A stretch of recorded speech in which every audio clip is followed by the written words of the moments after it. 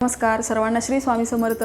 बघा, आपण दररोज देवपूजा करतो। तर देवपूजा करताना आपण जो पण देवांना दिवा लावतो, तर आपण एका काडीने एक दिवा लावतो आणि एक दिवा लावल्यावर आपण त्याच दिव्याने आपला दुसरा दिवा लावायचा नाही। म्हणजे एका दिव्याने दुसरा दिवा लावायचा नाही।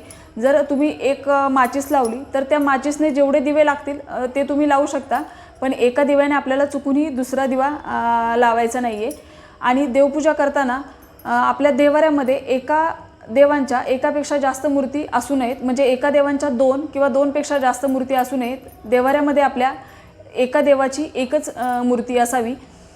तर देवपूजेमध्ये देवांच्या मूर्ती किती मोठ्या असाव्या, किती मूर्ती किमान आपल्या देवघरामध्ये असाव्या, देवाचा दिवा हा कुठल्या दिशेला लावावा, कलश कुठल्या दिशेला स्थापित करावा आणि देवपूजा करताना कुठल्या गोष्टींची काळजी घ्यावी, देवांची मांडणी कशी करावी, तर याबद्दलचा संपूर्ण व्हिडिओ मी आपल्या चॅनलवर दिला आहे। तर खाली दिलेल्या लिंकवर क्लिक करून तो व्हिडिओही नक्की बघा। सर्वांना श्री स्वामी समर्थ।